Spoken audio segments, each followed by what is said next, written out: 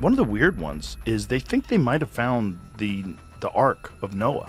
It looks like a boat, like it's the shape of a boat. It's in the place where they said that it rested. There is a mountain in the far east of Turkey that has spent centuries collecting rumors the way other places collect dust.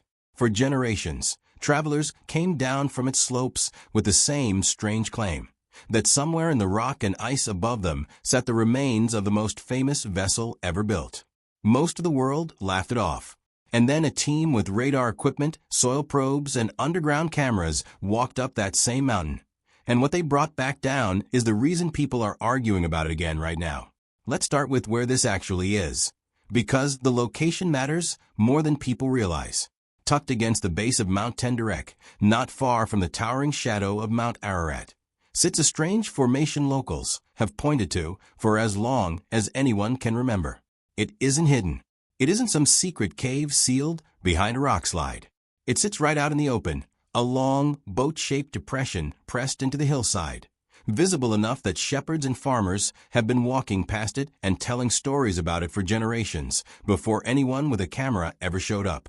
From above, the shape is hard to dismiss. It stretches over 500 feet, curved at one end, tapered at the other, with proportions that look far more like a hull than anything a random landslide should produce. Once aerial photography became common, this outline kept showing up in image after image, sharp enough that people eventually gave the place its own name, the Duru Pinner site, after the Turkish Air Force officer who first photographed it clearly from a mapping flight in the late 1950s. For decades, that was the whole story, a striking shape, a handful of black and white photographs, and a debate that never really went anywhere because nobody had the tools to look underneath it. Curiosity seekers visited, took pictures next to the outline, and left with more questions than answers. Then, more recently, a research team returned with something the old explorers never had: instruments that could see through solid ground without turning over a single spade of dirt. Ground-penetrating radar works by sending pulses into the earth and reading what bounces back. Loose soil, broken rock, ordinary erosion. All of it comes back as noise, an unpredictable jumble with no pattern to it. That is what the team expected to find under a volcanic slope like this one. What the scans actually produced was something else entirely. Long straight lines running beneath the surface, sections that repeated at regular intervals, and edges sharp enough to look intentional rather than accidental. The pattern sat several feet down, well past the point where wind and rain could have carved anything on their own. Straight lines are the detail that tends to stop people in their tracks, and for good reason.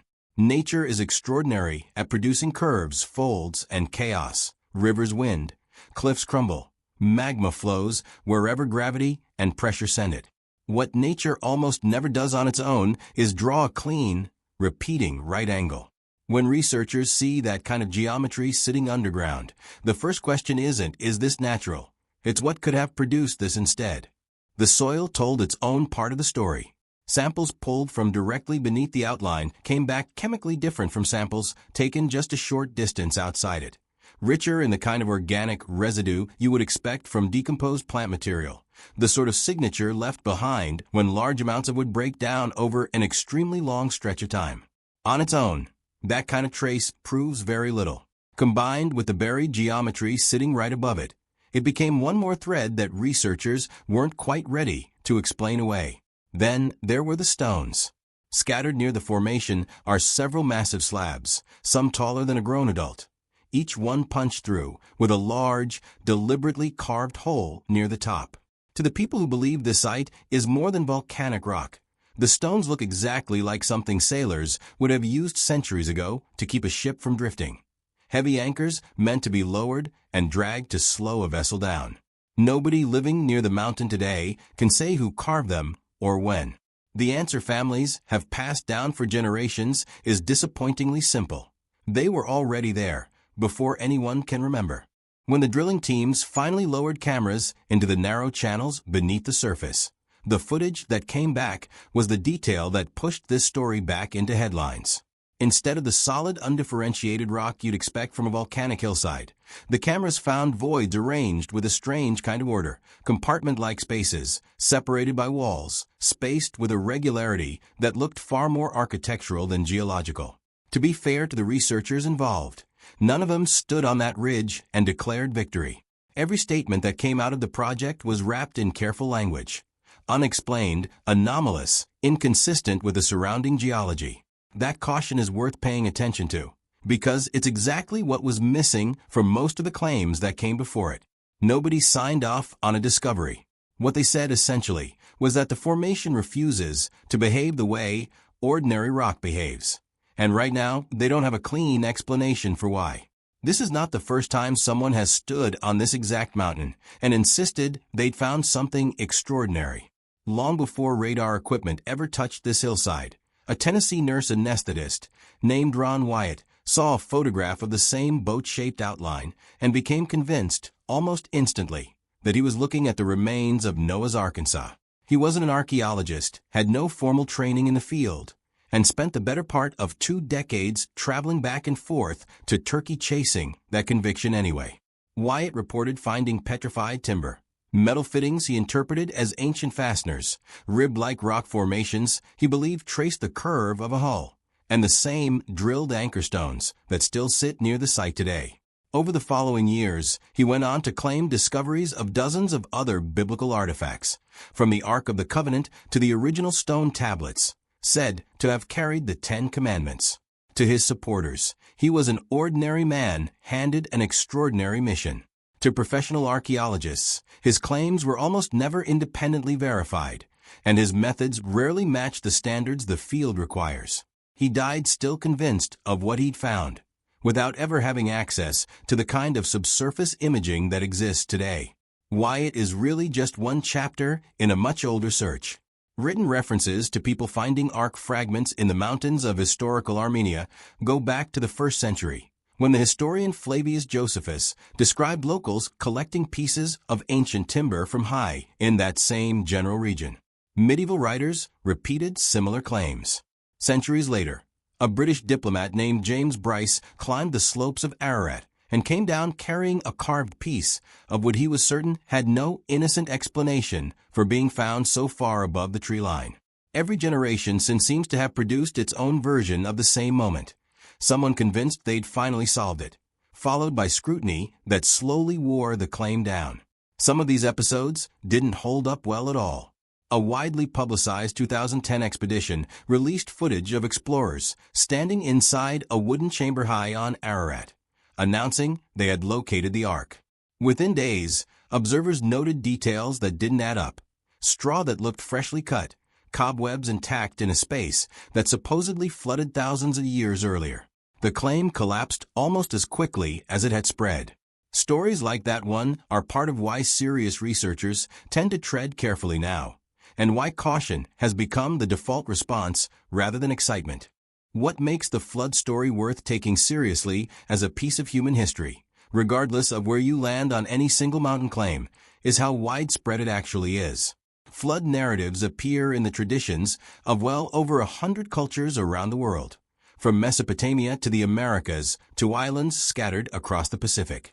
Different names, different heroes, different details, but the same basic shape: a catastrophic flood, a small group of survivors, and a world that has to start over. That kind of consistency across cultures that never had contact with each other has made plenty of historians wonder whether these stories are rooted in something that genuinely happened, even if the details grew larger with each retelling. One of the more compelling theories about where a Real flood might have occurred doesn't point at a mountain at all. It points underwater. In the early 2000s, ocean explorer Robert Ballard, the same researcher credited with locating the wreck of the Titanic, turned his attention to the Black Sea. Working from a theory developed by 2 Columbia University scientists, Ballard set out to test the idea that the Black Sea was once a much smaller freshwater lake, ringed by early human settlements, until rising sea levels sent the Mediterranean crashing through a natural barrier at the Bosphorus Strait. The result, according to the theory, would have been a catastrophic flood that reshaped the region in a matter of days rather than centuries. Using deep-sea submersibles, Ballard's team located an ancient shoreline roughly 400 feet below the current surface of the Black Sea, sealed away in water with almost no oxygen, conditions that preserve organic material instead of breaking it down. Carbon dating on shells recovered from that old coastline placed the event within a window that lines up with several flood traditions. Ballard summarized what that day would have meant for the people living there with a line that has stuck with a lot of people since. It was, in his words, probably a very bad day. None of this proves a single man built a single boat. What it does suggest is that somewhere in humanity's past, a flood large enough and sudden enough to end a community's entire way of life actually happened, and the memory of it may have echoed forward for thousands of years. So where does that leave the mountain in eastern Turkey? Right now, sitting in an uncomfortable middle ground. Skeptics point out, fairly, that with this old shouldn't survive in any recognizable form, that rock formations can mimic straight lines under the right volcanic conditions, and that this exact site has already produced one high-profile disappointment after another. Believers point to the buried geometry, the differing soil chemistry, and the anchor stones, and argue that dismissing all of it as coincidence is its own kind of overreach. Neither side has the piece of evidence that would end the argument for good, and the researchers behind the most recent scans have been careful not to pretend otherwise. What's genuinely unusual about this story isn't the radar data or the anchor stones on their own. It's how many different kinds of people it keeps pulling into the same conversation: geologists, historians, theologians, and casual viewers who've never read an archaeology paper in their lives, all staring at the same unresolved shape and asking the same question. That's rare in a world where most topics split people apart instead of drawing them together. The drilling isn't finished. The testing isn't finished.